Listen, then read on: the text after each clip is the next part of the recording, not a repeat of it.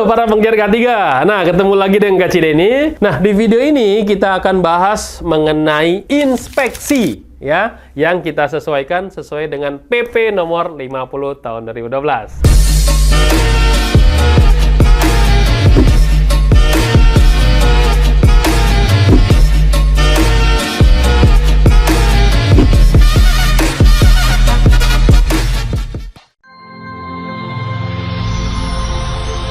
Video ini dipersembahkan oleh Mediatama Academy.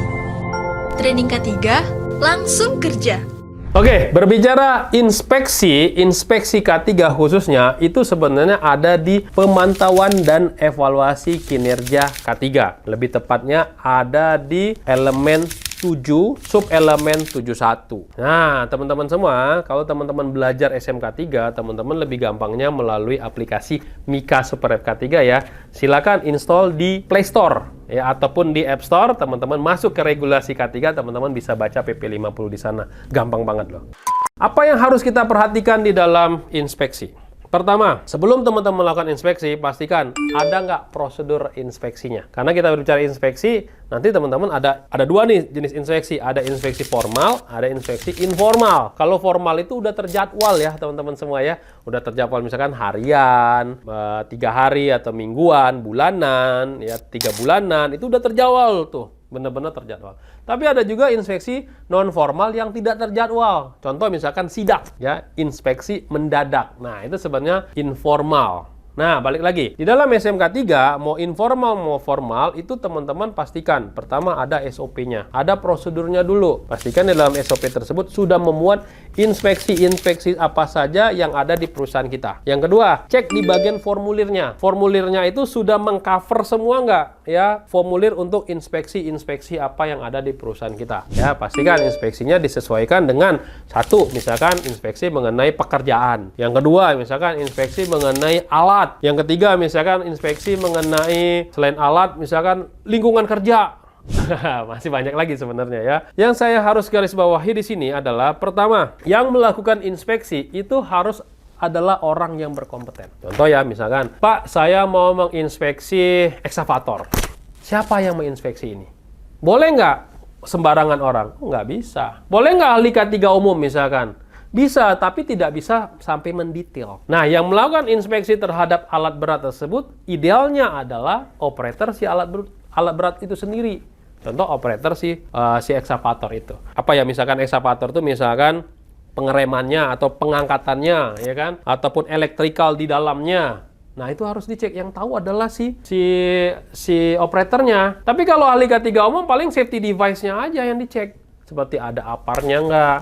Ya, ada lampu rotarinya nggak, ada back alarmnya nggak, ada lampu sennya nggak, kayak gitu ya. Terus ada safety beltnya nggak. Nah, itu mungkin ahli K3 umum bisa ngelihat. Tapi kalau daleman-dalemannya itu harus adalah orang yang berkompeten.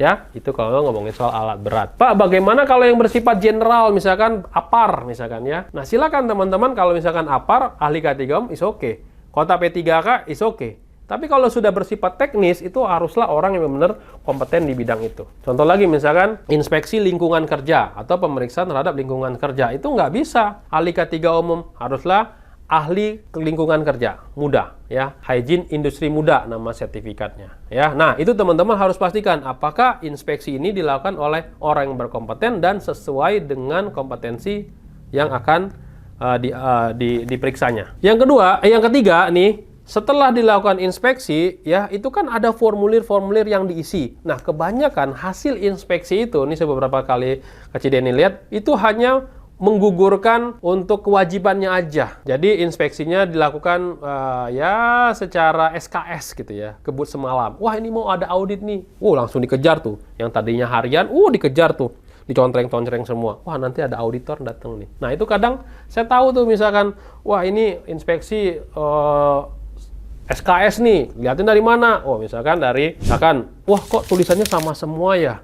Kok kertasnya masih bagus semua ya? Ya kan? Beda banget ya. Kalau teman-teman sering audit ya, teman-teman akan cek tuh mana inspeksi yang benar-benar dilakukan, mana yang dilakukan dalam waktu 1 malam. Nah, itu teman-teman cek ya. Nah, itu yang pasti harus ada ya follow up. Nah, hasil dari formulir yang diinspeksi tadi, misalkan ada yang ketidaksesuaian, ya, atau ada yang tidak sesuai, teman-teman harus follow up. Follow up-nya gimana? Teman-teman bawa hasil inspeksi tadi di rapat P2K3. Dibuatkan logbook-nya, lalu dibawa ke rapat P2K3, dan teman-teman follow up siapa PIC-nya, ya, beserta budget untuk closing, ya, menutup hasil dari inspeksi yang ketidaksesuaian tadi. Dan pastikan ya semuanya ada, daftar checklistnya ada gitu kan ya. Terus ada MOM rapatnya untuk follow up tadi ya. Dan misalkan nih hasil inspeksi tadi sudah diperbaiki dan itu ada laporannya before dan afternya gitu kan ya. Dan setelah itu setelah 3 bulan ada yang namanya pemeriksaan keefektifan. Ini efektif nggak sih sebenarnya hasil inspeksi ini yang sudah diperbaiki kayak gitu. Ya, nah hati-hati juga misalkan teman-teman menginspeksi kota P3K. Nah, kota P3K itu sering banget jadi keluh kesah pada saat audit. Pak, saya sudah isi semua Pak pada saat inspeksi, misalkan, wah ini kosong nih, misalkan gunting, betadin, apa segala macam ya, yang bersifat masker kayak gitu kan, sering banget tuh plester gitu ya. Itu sering banget hilang kan ya, hilang ya bahasanya hilang ya. Nah, setelah diinspeksi terus diperbaiki, tiba-tiba hilang lagi tuh 1 hari atau 2 hari. Nah, ini teman-teman harus bawa ke dalam rapat P2K3 apa yang harus dilakukan nih supaya kota P3K tadi isinya tetap lengkap tapi masih efektif untuk digunakan. Nah, teman-teman, gembok. Ya, teman-teman bisa gembok ya, tapi ingat, ketika teman-teman gembok itu harus ada sosialisasi. Contoh misalkan anak kuncinya ada 3. Tulis di situ. Ya, kunci ini dipegang oleh HR, dipegang oleh petugas P3K, namanya ini, nomor teleponnya ini, dipegang oleh security, namanya ini, teleponnya ini gitu. Ya, ada lagi kata-kata misalkan mendesak atau keadaan darurat silakan dipecahkan. Nah, itu juga boleh. Ya, silakan nanti teman-teman buat aturannya, lalu sosialisasikan aturan tersebut. Nah, ini hasil dari apa? Hasil dari inspeksi. Nah, hasil dari inspeksi juga itu bisa digunakan untuk mengupdate HIRAK.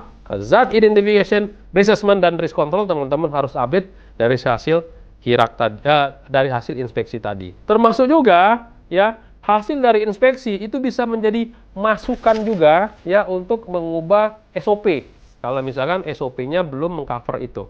Ya, jadi bisa tercover semua. Oke, itu aja dari saya. Semoga teman-teman dapat membantu teman-teman terkait dengan inspeksi dan formulir-formulir yang teman-teman harus perbaiki. Salam safety.